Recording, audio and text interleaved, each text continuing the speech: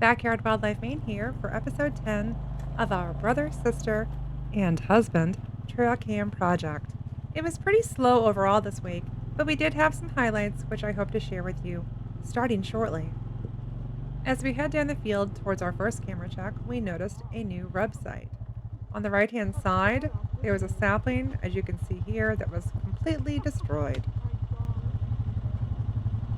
The irony of the rub that you just saw is that I had a camera set there for about 2 weeks, and I took it down recently because all it was doing was catching motion for the grasses. I was getting kind of tired of checking it and having the card be full. I like to call that Murphy's Law of trail cams.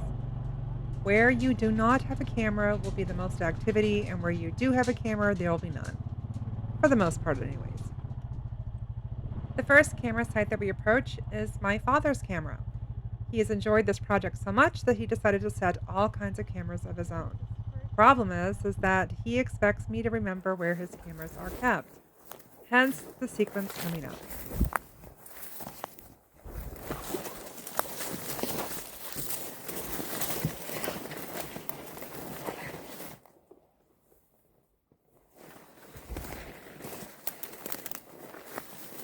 I actually think I've gone awry here.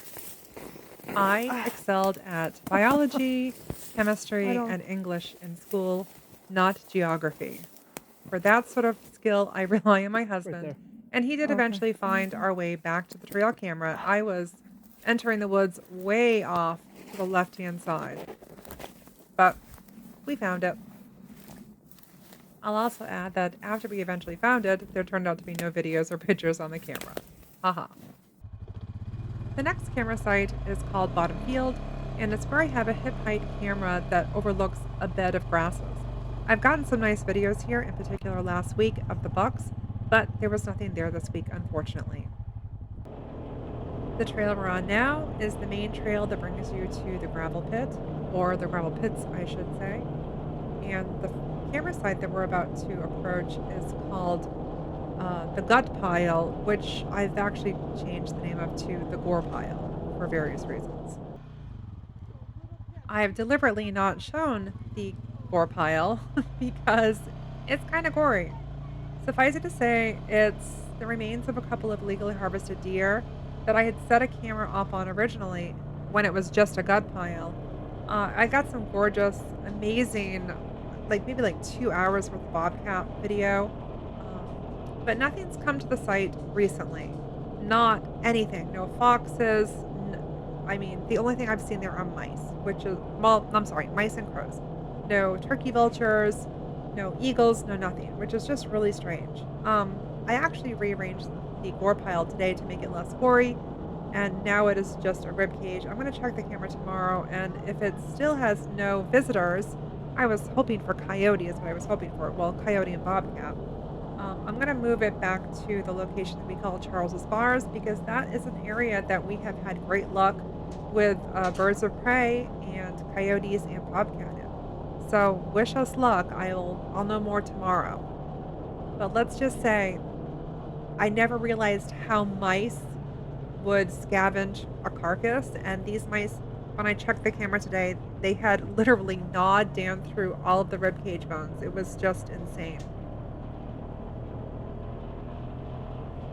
If you followed us from the very beginning, which was not very long ago, it's actually this summer, you'll notice the location coming up on the right-hand side is the one that we called the pit pond.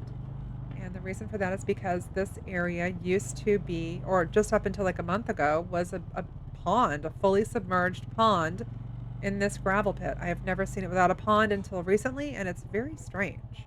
The pit pond only had one video this week, and I will show it in just a couple seconds. Because of low activity this and last week, we have moved the camera to another location.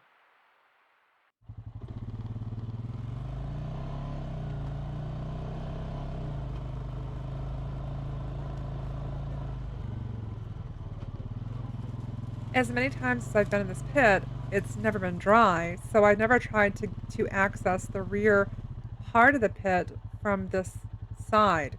And I was driving up here thinking that I could kind of skip across and get up into the back side of it, which would lead us to a trail that goes to Bennett's Blind. I ended up seeing that there was a pretty deep gully right here, one that I wasn't comfortable driving through, or at least I wasn't comfortable driving through it with my husband on the back of the wheeler. If I'd been by myself, I probably would have attempted it, but he is not as comfortable daredeviling as I am.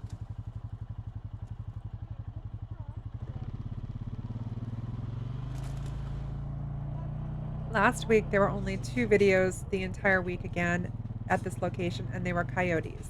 There was one single coyote that ran across, and then there was a group of 2 coyotes that ran across. And they were decent-sized coyotes, too. I think that they were heading to the Bennett's Blind area because I've seen them out at Bennett's Blind on other occasions, and I found a lot of coyote scat out there.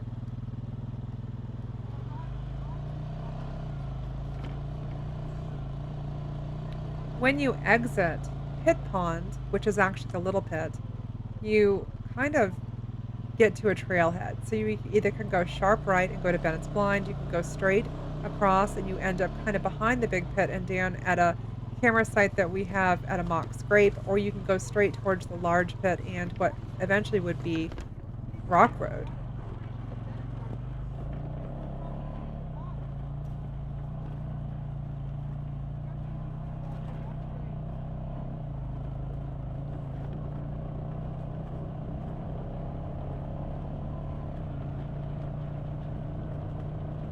Where I'm heading now is actually Bennett's Blind.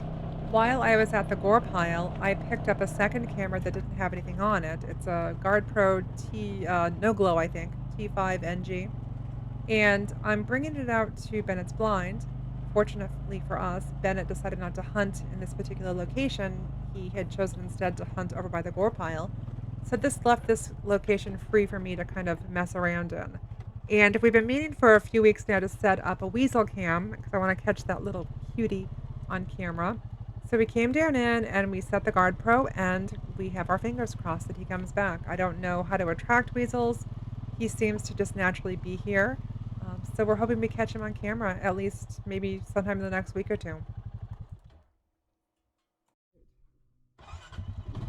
While the video is showing us leaving Bennett's Blind and heading over to Rock Road, I thought I would give you a few tips on Guard Pro cameras, which are actually one of my top 3 favorite cameras at this point. When I first got them, I complained about them incessantly, but it's because I was not using them correctly. I had bought the CF version of the camera, which means close focus, and they excel at being set in an area where everything is very close to the camera and it has a real tight focus. It also has a really great high resolution camera. That was my issue. I was using them like a regular Browning trail camera and I was getting terrible results.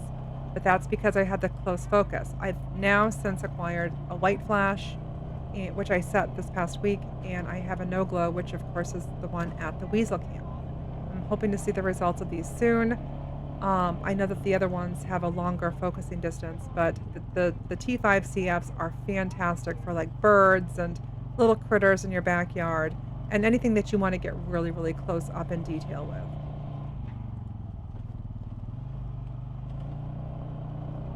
Since we're going past the way down here in a second, I'm going to include another video of a bobcat that was taken at the way down on my father's Tacticam. I actually don't drive down there during this particular trip. My father brought the camera to me and it happened to have this bobcat video on it.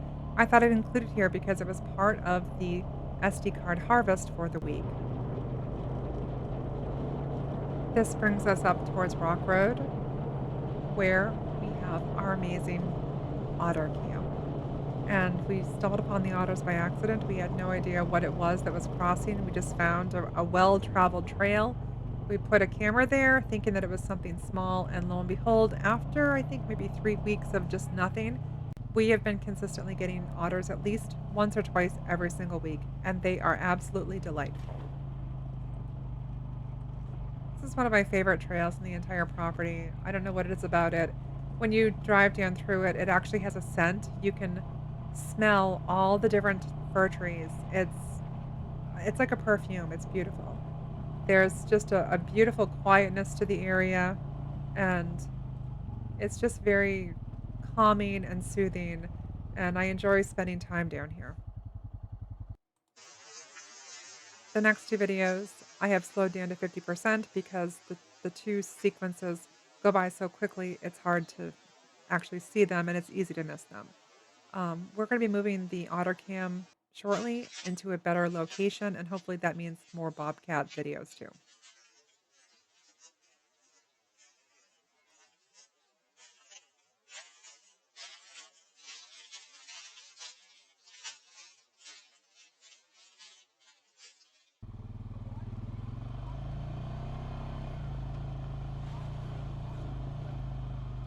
I don't have enough Guard Pro cameras to set all the sites that I want to on Rock Road.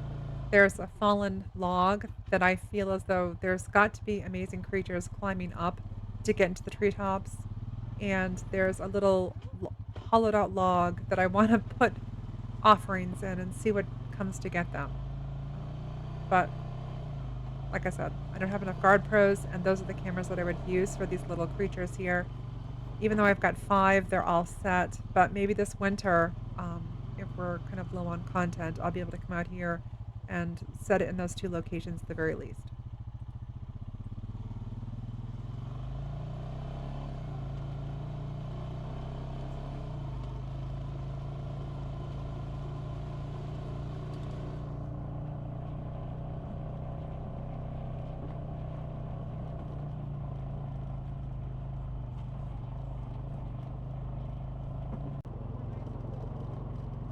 If you leave Rock Road and head right, you actually kind of head up towards the back side of my property, and it brings you full circle in a way.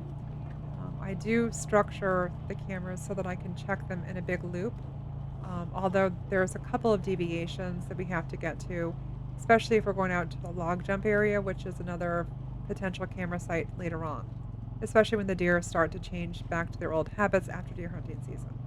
But if you see right here where we're crossing is a little brook, and I plan to set a camera down to the right-hand side there because I think that there's probably animals coming to drink. The water's clear, it's got a nice solid bottom, it's gurgling. It just seems like the perfect place for everyone to come and have a drink. So we're going to see what happens there. We're actually heading up a real steep incline at this point, and it leads you to the backside of White Steps. And once we get to the top of this little ridge, I guess you'd call it, is where I jumped those 3 deer last weekend when I was out dropping my husband off at his hunting blind. I kind of foiled his hunting for the day, I'm pretty sure. My husband and I are actually having a conversation during this part of the ride, and we decided that we wanted to get those little walkie-talkies that are attached to like mics like you have in helicopters. So it will allow us to talk while I'm driving the four-wheeler, because all he ever does is say, "What? What? What? I can't hear you." My father actually set a camera at the base of White Steps, almost right here, and this is what we ended up finding on it after we had set it for about a week. By the way, we called the White Steps because it's a bunch of broken ledge that goes downhill, and it's kind of like granite steps in a way.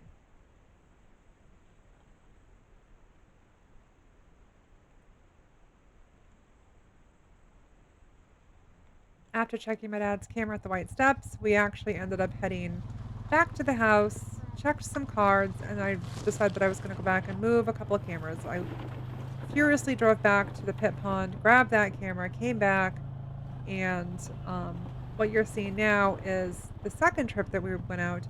This location is called Way Behind Bog as opposed to just Behind Bog, and it's a camera that I set last weekend to capture any movement between the Cornerpin trail and Behind Bog. And I haven't been on this trail for 5 years. I managed to get out it on my four-wheeler. I set it all by myself, but I forgot to format the cards, so it was a dud, and we ended up with 0 videos and just a card that needed to be formatted. I let my husband set the camera this time because I apparently suck at it. We left the Way Behind Bog area, and when you get back out to the main trail, if you turn sharply left, you end up behind bog. Behind Bog is a trail that we actually cleared earlier this summer, or probably maybe like in June or something like that. It had become impassable over the years because it had been originally clear cut, and then all the shrubs and raspberries and sweet fern grew up. We went through and we cleared it up, and now we can get about halfway up it.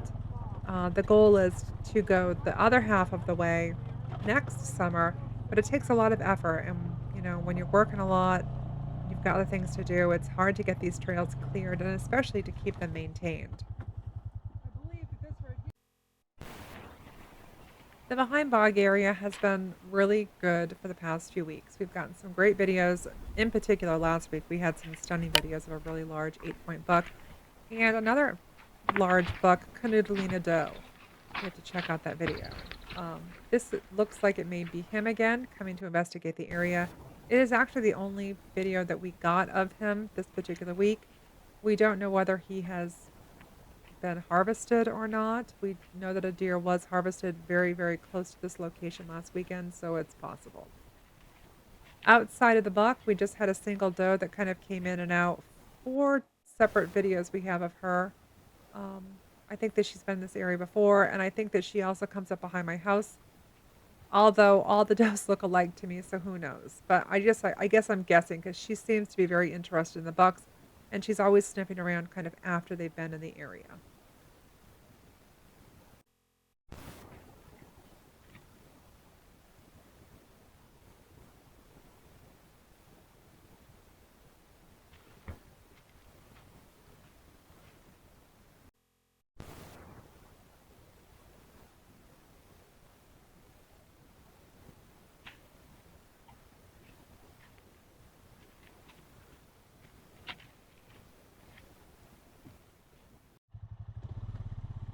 After leaving behind Bog, the next logical location to hit is Blue Tarp. We call it Blue Tarp because many years ago, when the company that came out behind on this section of property clear cut it, they left a big blue tarp on the ground. And when we bought the property, there was a blue tarp there, but it was kind of embedded in all kinds of slash. And we actually never moved it because we didn't do anything with the property for the first probably year or two. At the point where we decided to get rid of the tarp, it was all kind of tattered and frayed, and it was like embedded in the ground. And it's kind of a landmark at this point. You can see it from outer space. It's very interesting. But Blue Tarp is our nursery area, is where all the does and the fawns are all summer long. They come out during the day almost exclusively. It's amazing. And I have never set a camera where I set this one, but as you can see when we pull up here, I've set a hip height camera in the opening, and we got some absolutely fantastic videos of does coming out into this clearing. I hope that you enjoy them as much as I do. There's a pretty extensive sequence of them, so sit back and relax and watch these beautiful does.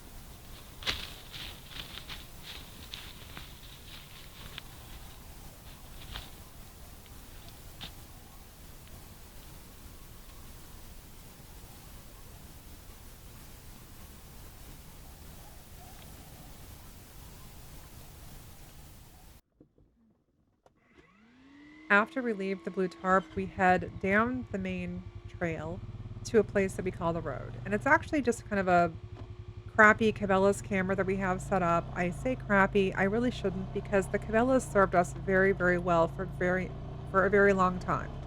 The problem is that the new generation Cabela's are terrible, and these cameras have been set for so many years. They have kind of like a static about them now. I almost think it's um, maybe particles of radiation that have hit the sensor, and it makes them look kind of funny. So they don't have the greatest video. Um, this site does produce every week, however, and we always get several videos of deer in particular going down towards the Woodyard site or back up towards the behind bog site or back up towards the bog crossing site. It really depends on where you're thinking about them going. But this is reliable and we're going to leave it up for now. I do plan to replace this camera at some point in the future though.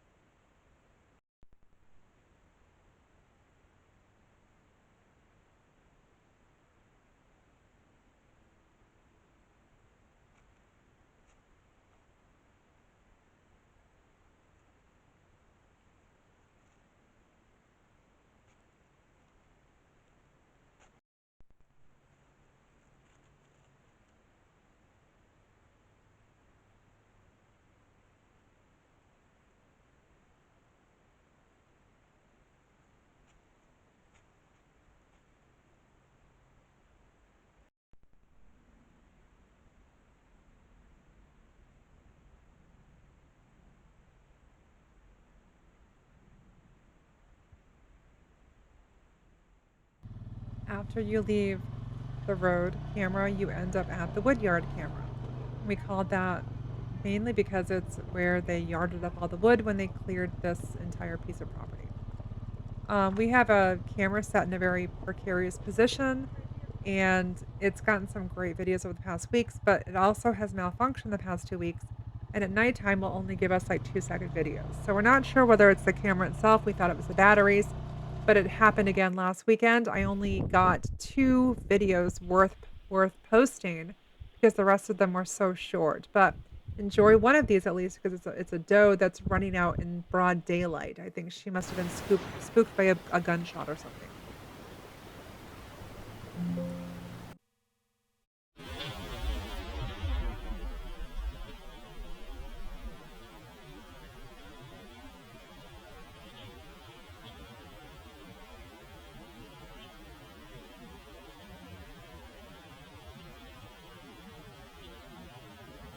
I know it's a morbid thought, but I always think about these deer because I feel so intimately connected with them.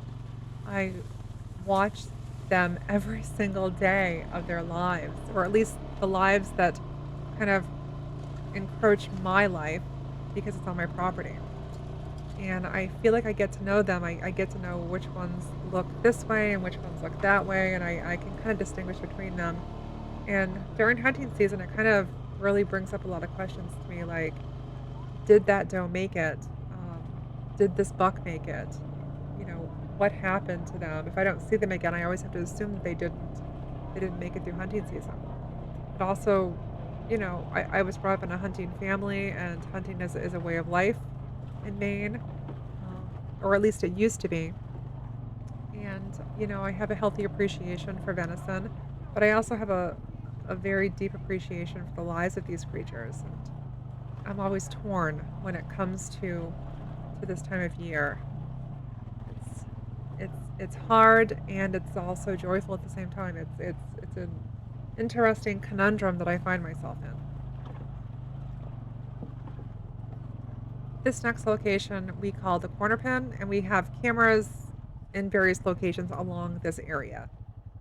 In particular, for this week, we have them on the Cornerpin Trail and the Cornerpin Trail Overlook. We have since moved the Cornerpin Trail Overlook because it really did not produce anything. It seemed like a really good crossing, but a deer was shot there last weekend, so I think it may have kind of moved them out of that area.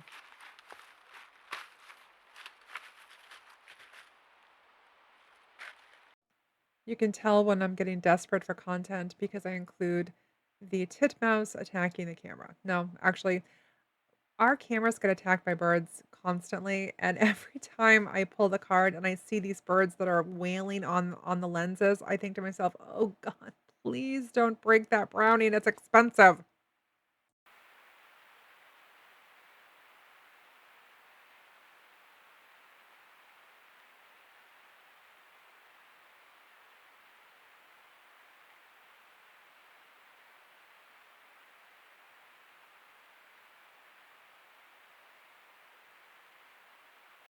Almost all the videos in the Cornerpin Trail this week were of the stoat and what I believe to be her fawn. They just kind of hang around the area, they mill around, they nibble on leaves. This is the same doe and fawn that are frequently in my backyard and in my front yard. And if you've watched other videos, you'll know that they have eaten my elderberries. They've eaten my blueberries. They mowed off my rose bushes, my hostas, my dogwood, you name it. So I've had to sacrifice my landscaping for the joy of getting to witness them almost every single night. Lately, I've been seeing this fawn by itself, which makes me wonder if its mother is no longer here.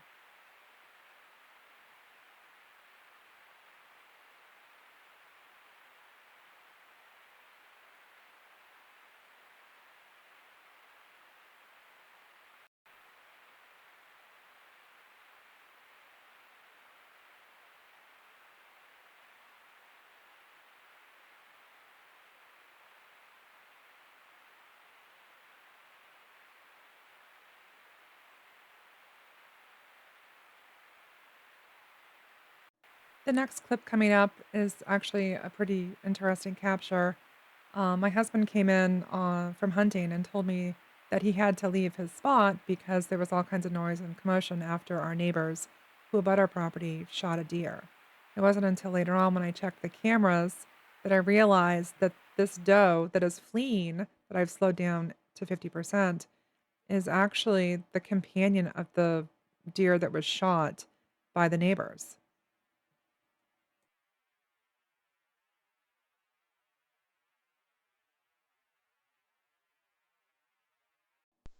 The next four clips were taken with my Tacticam Reveal Ultra in a position slightly above the Cornerpin Trail. We call this the Cornerpin Trail Overlook.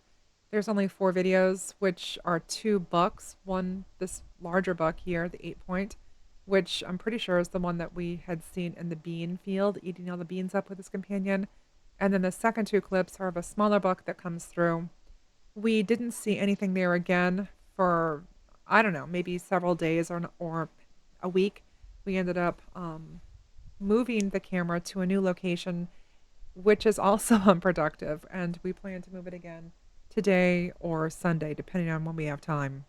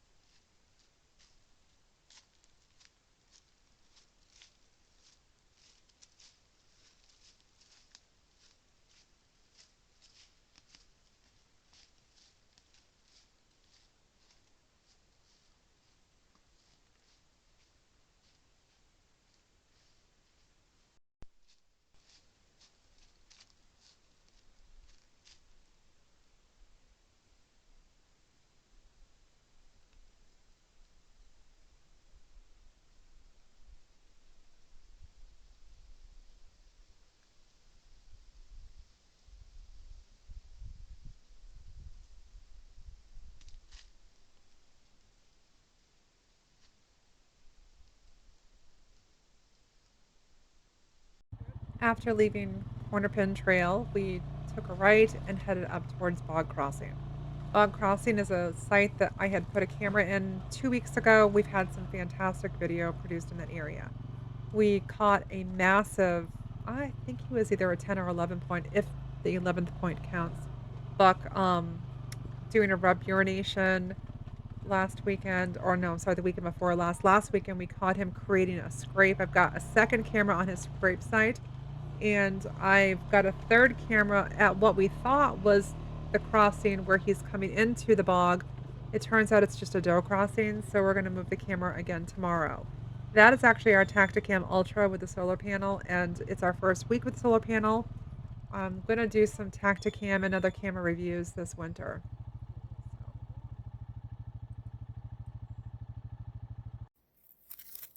The next couple clips were of my husband assembling our Tacticam Ultra and the solar panel.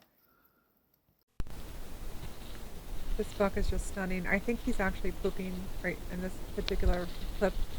In a couple minutes, I want you to really watch it closely because he starts his scrape.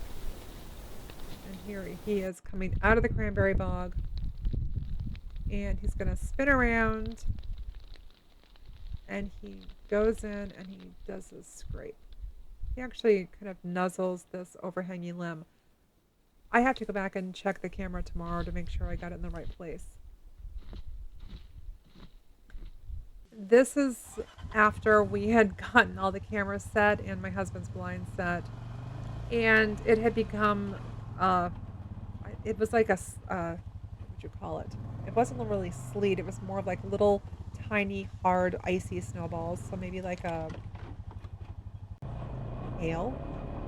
And as I was driving back, I was getting pelted, and I realized that I need to get some sort of like goggles for the winter to keep my eyes protected.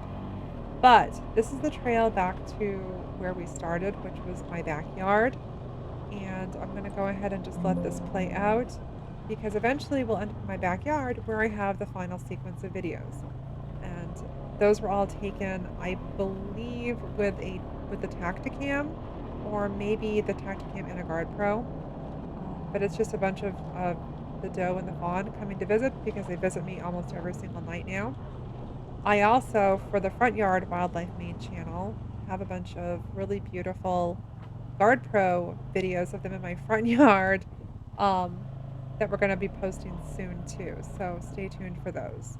In the meanwhile, please like and subscribe to our channel. Every little person coming on board helps us out and gives us the incentive that we need to keep going out there checking the cameras, taking the time to produce these videos, and to show you what the wildlife in Maine is like. We're trying to bring a little part of our world to you and hope that you enjoy it as much as we do. Thank you so much for all your support.